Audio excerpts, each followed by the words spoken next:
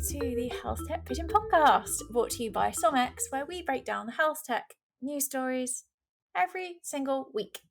And we are coming to you as two very tired pigeons today. Very tired pigeons. Belle's just been yawning. I've been complaining about the bags under my eyes, sleepless nights with children who have just caught all the bugs in nursery this week. So we're really excited to get into health tech news and not be griping about how tired we are. Although if there's some sleep tech out there, also some sleep tech news stories, maybe that's relevant. Maybe we need to find those and talk about those. But Belle, apart from feeling tired, how are you? I'm good. And actually, yeah, on that note, if you hear a miscellaneous noise at some point, we cannot confirm or deny if it's Eska's baby or Miso, my cat, because they're both moaning. It adds depth. It really does. Yeah, this week it's been super busy. I feel like it's definitely back to school season. Everyone's suddenly on full cylinders. But yeah, keeps us busy. But yeah, I am tired. I've gone from wearing sunglasses to knitted jumpers, and that happened real quick. Yeah, I wasn't ready. Yeah, it's not fair. I wasn't ready. We all deserve perpetual summer. It's true, we're in the wrong country for that. But never mind. Maybe if I was going to say move to Silicon Valley, but I don't actually know what the weather's like in Silicon Valley. Is it warm there all the time? Yeah. Yeah, why not? My geography is clearly not good. Anyway, we're not weather show.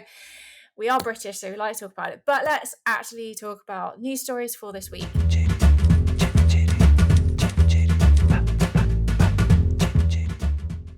Okay, so our first story comes to us from The Guardian, and this is our standing ChatGPT conundrum column.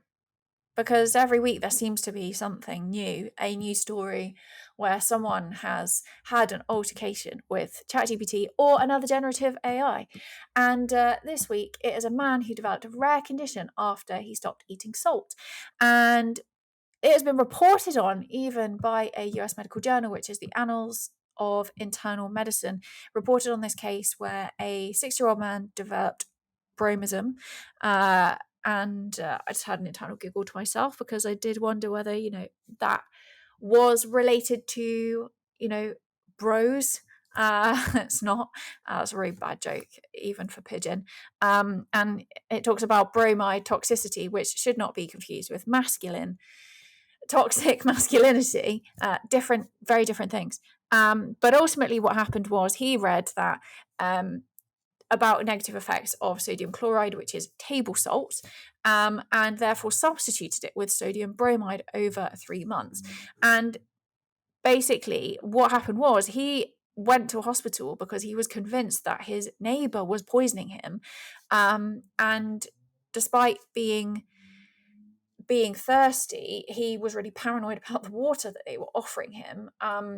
And it wasn't until he tried to escape the hospital within 24 hours of being admitted, he was then sectioned and treated for psychosis. It wasn't until after that they realised what had happened, and because they'd noticed that he developed these other symptoms of bromism, which include facial acne, excessive thirst, and insomnia, as well as these psychiatric symptoms, which were identified even. No, they weren't identified. It was used back in the 20th century previously as a sedative. But anyway, I'm going to defer to our chemist in residence to explain how this could possibly have happened. Belle. Yes. Always good to have a story that just mentions an element or because I can talk about it. So what seems to be happening here is, I think 2 things have happened in parallel. So we all know that one can have too much salt. There's no nice quip for a spoonful of salt a day. It makes whatever go away. But ultimately, cutting down your salt can be good and beneficial for your health outcomes. There is a lot of salt in processed foods, lots of salt in pre-prepared foods. And so I think it's a natural thing if you're trying to optimize your health, especially if you're an older age, to maybe look at what dietary changes you can make, and cutting down your salt is one of those things. Now, what seems to have happened post this fact with this gentleman in this story is that something has been searched on ChatGPT, which is what can I substitute sodium chloride, which is what we call table salt, for. Now, sodium chloride and sodium bromide are two chemically very similar things. Chloride and bromide being in the same column in the periodic table, so they can kind of substitute in sort of for each other. Which means sort of they're chemically very similar and can have similar uses in certain scenarios. The article suggests that cleaning might be an example where sodium bromide is a reasonable substitute for sodium chloride, for example. But we can't just go willy-nilly on things that chemically look a bit similar and just consume them, because they're not necessarily good for your health. We have toxicity associated with certain things, especially sort of floating kind of heavy ions and stuff like that. So what's happened here is this person's looked up substitutes for sodium chloride, got back sodium bromide as a result, and that has not been flagged by ChatGPT as having any health warnings. So in this article, some authors have gone back to try and replicate this man's search history because they weren't able to get it from his saved history himself. And they've asked what you could replace chloride or sodium chloride with. And they've said specifically that it did not provide a specific health warning and did not ask why the authors were seeking such information, which is what they would presume a medical professional would do. So the big question here is, when making dietary changes, I mean, I'm sure if you've even considered taking a magnesium supplement or something, you'll always see a thing saying, please consult a medical professional before making changes to your diet, to supplements and things like that. It's a great thing that people feel empowered to do their health, but they need to do it within sort of kind of bounds of what is reasonable. And using ChatGPT for medical questions, you do need and expect those results saying, look, why are you Googling this? Why are you not? But yeah, I think it's an interesting scenario because I imagine these two exchanges happened completely independently of each other. So there wasn't a logged history of I'm trying to improve my health and lower my salt intake. And I suspect a completely separate thing happened, which is what can I substitute chloride for? And a realistic answer is bromide if you're approaching it from the standpoint of a chemical question, for example. So yeah, it's an interesting case. The authors have sort of used it to sort of flag the fact that there's a new ChatGPT model out, Chat 5.0, which is supposed to be better for health, and kind of better at flagging that information or misinformation or information that could be construed or used in certain scenarios.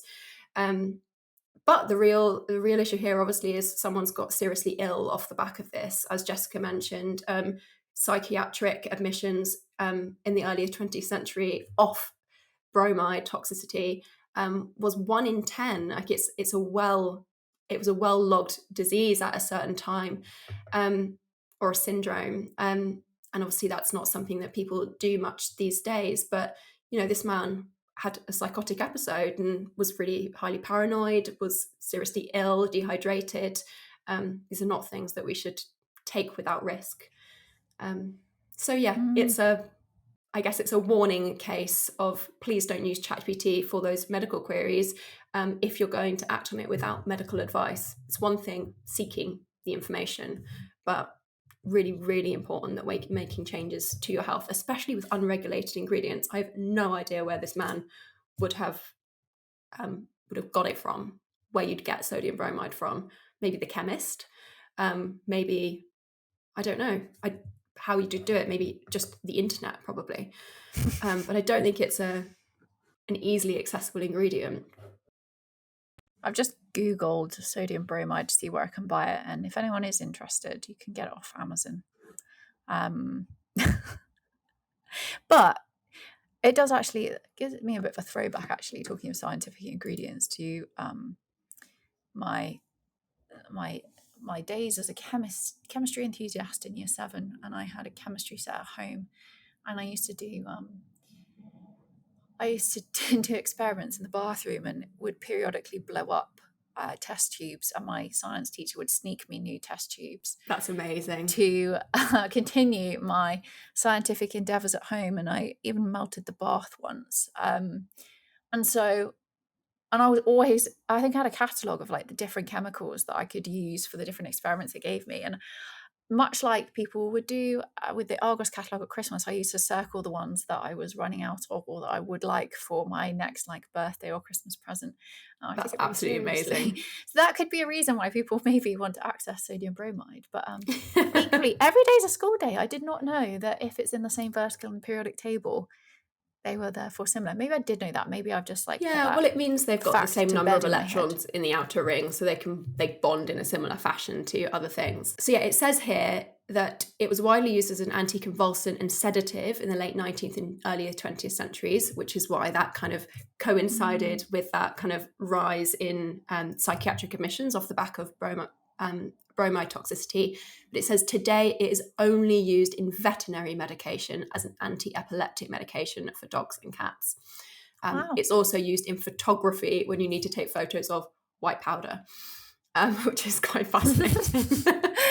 Interesting. So yeah, not widely in use for human consumption these days. And it is it's a chemical. It's interesting, isn't it? I think this is one of the first times I've certainly seen something like this being documented in a medical journal, and yeah, I think it's obviously incredibly valuable information and things, circumstances that require a reference point to be able to look back to. But usually I think we're used to in medical journals seeing really rare medical conditions, for example, being reported on and how they were treated and all that kind of thing. And it's really interesting to me that now we're seeing how technology is interfacing into that as well, and that is now being documented as a reference point for healthcare and medical professionals in their practice, because it as something that people could potentially come across, whether it's in the instance of bromide toxicity or another condition that can be caused as a consequence of an interaction with a technology. And it does actually say that this was likely to have, well, it will have been an earlier version of ChatGPT, given that ChatGPT 5 has only just come out. And obviously they're reporting that it's much better for health related queries. But it is another cautionary tale, but also I think an opportunity for us as a sector when we're looking at how we use these kinds of technologies to support patients, to support clinicians, and all that kind of thing, of like the safeguards that need to be put in place that may not always be totally obvious, particularly with what we consider black box technologies. So I also think there's something here around kind of digital literacy and things like that. Like, this gentleman is in his 60s, not grown up with immediate access to the internet and things. Obviously, people have different levels of like technological literacy, and I know some people are very good, but I feel like younger generations are more aware of the fact that there's lots of nefarious stuff on the internet, and you have to look at it with a really critical eye when you are kind of having lots of information thrown at you. And I feel like that might be harder for people who didn't grow up having to really sort of like everything that comes to you and be like, is this trying to scam me? Is it trying to do something from me? Or is this something I can take on good faith? Which is just something I think to be aware of. I mean, I don't know about you, but like I know that everyone older in my life that's an adult, like they're all obsessed with iPads and stuff. They're constantly searching for things. They love the internet and having information at their fingertips. That's a brilliant thing. But especially with rise of ChatGPT and stuff, which is new to everyone. There's no like, this is the way you must use it. But I do think there is something there about how do we critically consume that information. That's super interesting. There's two things that come to mind on that. The first is that how we've just described someone who is 60 as older, and the closer I get to 60, and I'm not close to 60, but the closer I get to these incremental like milestone ages, the more I realize they're actually not that old. And my dad is older than 60, and my dad is quite he's young for his years anyway. But when I think about that, actually, I'm like, if I think of him and he maybe is not an archetypal 60-year-old, I would be surprised if he would use, I'm sure he probably does, use ChatGPT. But I do think that you raised an important point about digital literacy, because with these new tools that come to the fore, I think there are generations that are going to grow up with them who almost it becomes kind of a new language, or a new layer of language, I suppose, which is how you engage with them, not just how you critically appraise what you're getting out of it, but how you actually get value from it, in terms of like a whole new prompt language, for example. Which you might even consider in some ways similar to coding. You code to create a certain output, you develop a prompt for a certain output, and I think some of that will be very innate in the cultural zeitgeist for much younger generations, whereas I think this technology is still very new, so we're still figuring out and optimizing that, and obviously it moves very quickly, so that changes on a regular basis too. But understanding even the need for like a prompt, or knowing what a prompt means, I think there is going to be that generational divide. And I wouldn't say that is at 60 necessarily. I think that maybe people in their more senior years than that, I think it is where you'd perhaps see I that agree. divide as greatest. But it's really interesting, and because then when you extrapolate that to what does that mean in terms of how we engage with our health, but engage in healthcare, and when we're integrating technologies into healthcare spaces, it kind of brings you back full circle to that discussion about digital capabilities, and being digitally native, and what that means, and therefore the expectations on people in order to be able to meaningfully utilize technology, whether that's in their own home setting and they're engaging with ChatGPT, or whether that's in a surgery, when a GP practice, when someone is going in and they're putting in their details to register the fact that they've arrived ready for their appointment. There are some people who that is difficult, and particularly when technology is the user interface or the user experience is not that great. That makes it even harder for people who don't have that like really strong digital literacy to be able to engage with it, and it creates frustration. And maybe people then don't go to the GP practice because there is like that digital barrier. Maybe they aren't able to fill in the form online, which gives them access to maybe a GP phone call, or even just being triaged into the system. So yeah, it's super super interesting in terms of what that means, and how the way that we engage with these technologies, how the skills that are needed in order to allow for that, as you said, on that appraisal side, but also just the interaction side. It's almost like a set of digital social skills, and how you socialize with technology in that respect, which I never really considered before. Mind-blowing. Anyway, let's move on and talk about Avatar.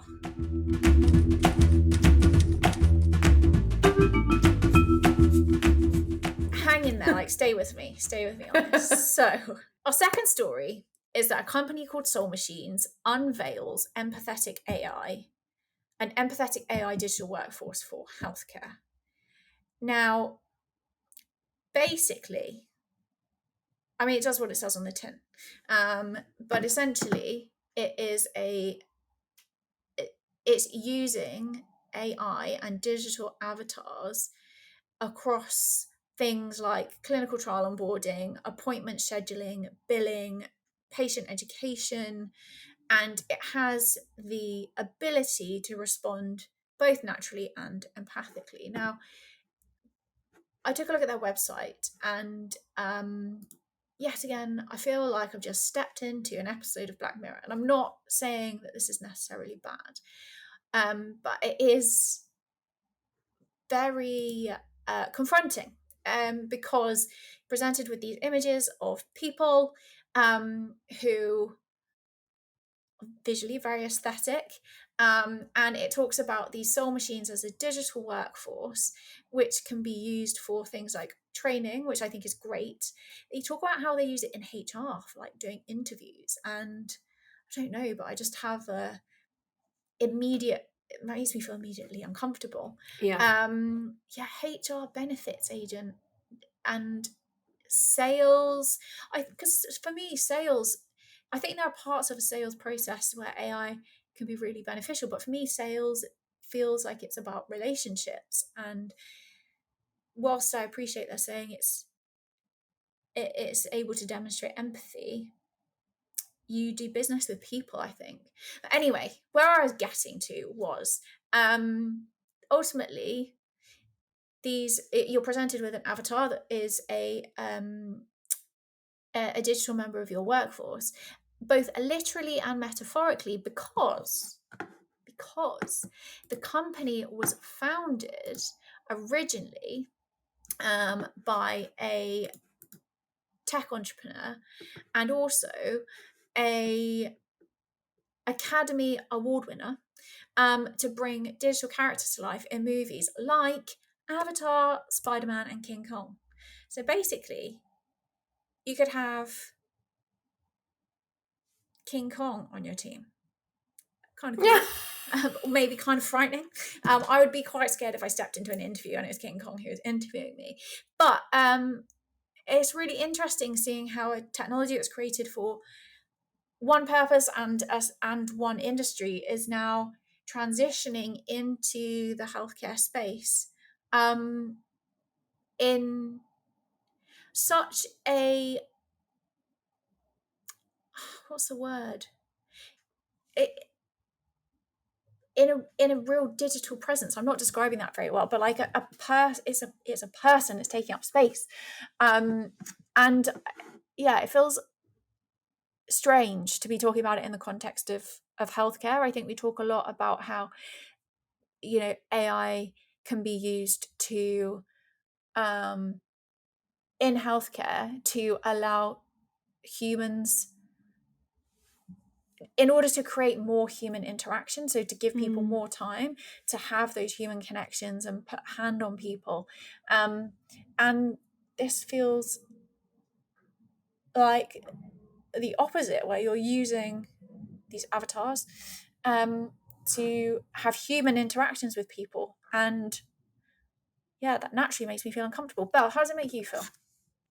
Yeah, it's a weird one, isn't it? Like, I feel like the company name Soul Machines sort of feels like the opposite of what it is, which I think you've just described. It feels actually quite soulless. It's removing the humans from a human interaction, which is how many would describe a soulless experience, which is a strange thing. One of the things that I find fascinating about this is, it's developed for the film industry in the first instance. So one would assume it was used for background characters, and AI is a great use case for how we can create things that visually look like what we want them to. But you're not interacting with that up close. You've still got real actors cast in the lead roles and things like that. Maybe not in the case of King Kong, but it was developed for that one purpose. But now that AI person or avatar is up front and center, it is the thing that you are conversing with, communicating with, interacting with, and it's a really strange thing. I keep having this idea in my mind that when you're chatting to an AI bot and it gets stuck in this loop, or ChatGPT, and you're saying, no, I meant 50 characters, that's 55, and it just can't understand the request. How frustrating that would be if it was a real human face on it. You're like, no, I'm describing this to you. Why can't you understand it? And a real human's able to sort of step back and see the context, whereas I think AI agents can often get in these little loops, which would be so frustrating. You'd want to hit the screen, I think. I think they've got potential and lots of positive things that they could be used for. And I think, I think you mentioned sort of HR, various stuff, things where you're sort of doing you're having quite short times, like contact times with people. Maybe it's just a screening call, or it's just someone doing a walkthrough of a new product or service or something like that. I can understand the advantages there.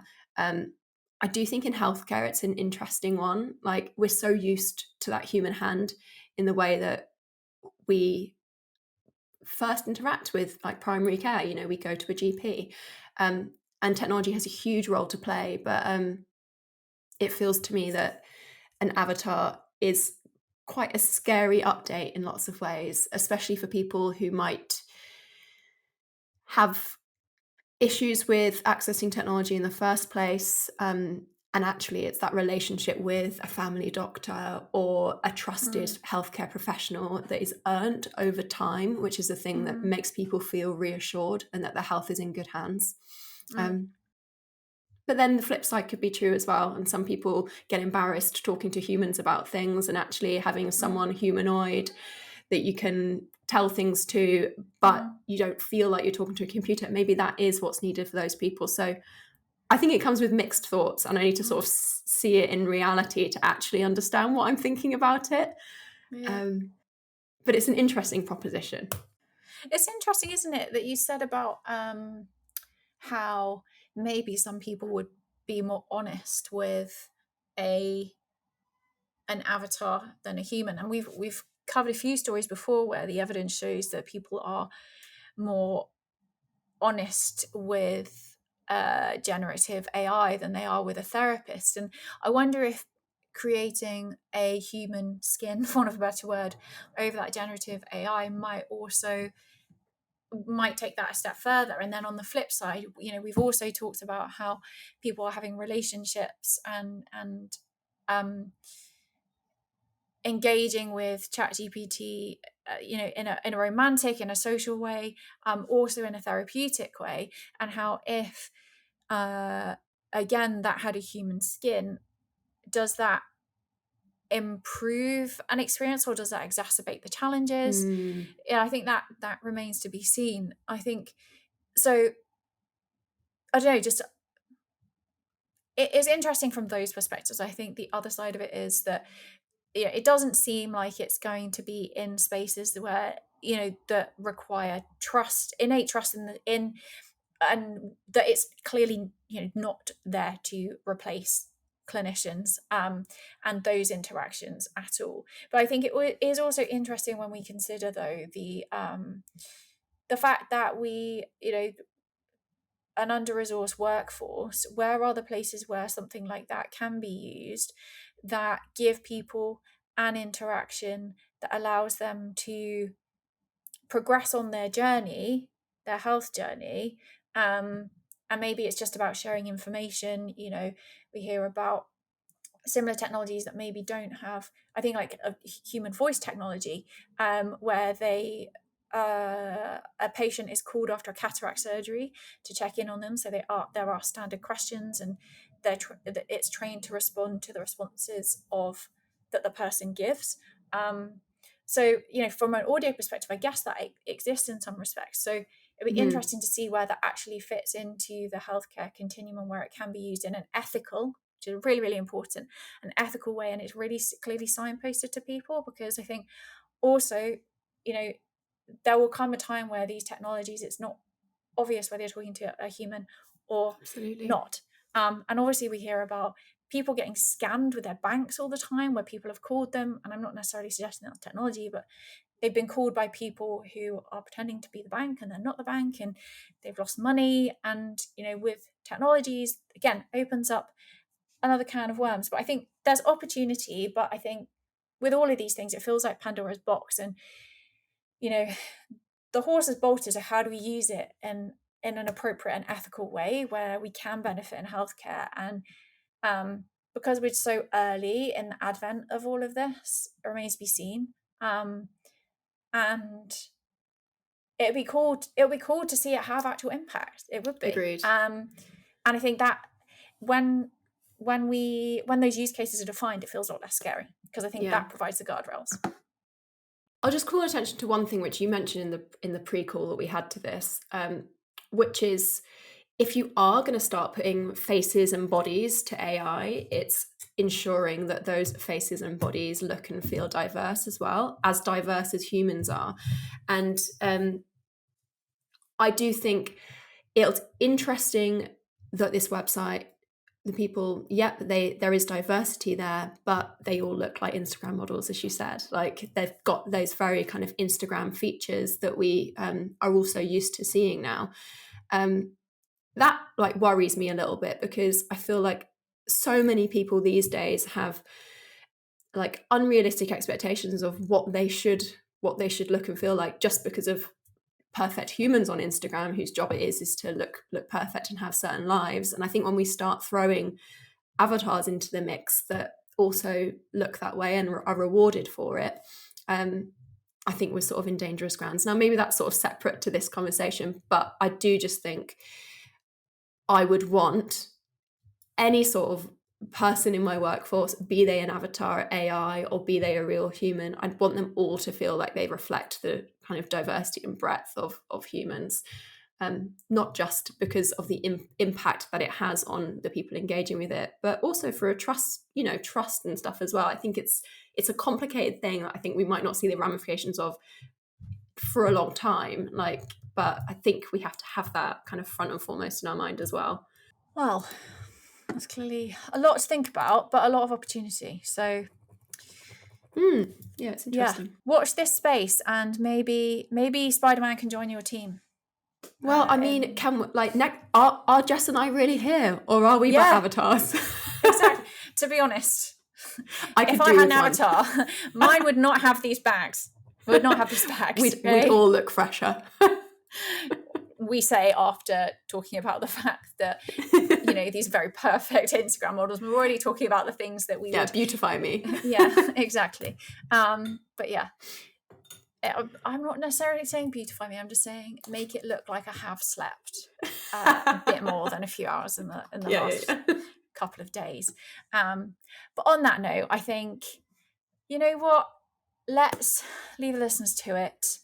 Let's go and get some sleep and see what the next week brings with ChatGPT. This is not a ChatGPT podcast, I promise. And next week, actually, you already know that there is some really, really exciting news coming that I can't personally wait to share with you all. So I'll leave that teaser for you, and you have to tune in next week to find out what that was. See you again next time.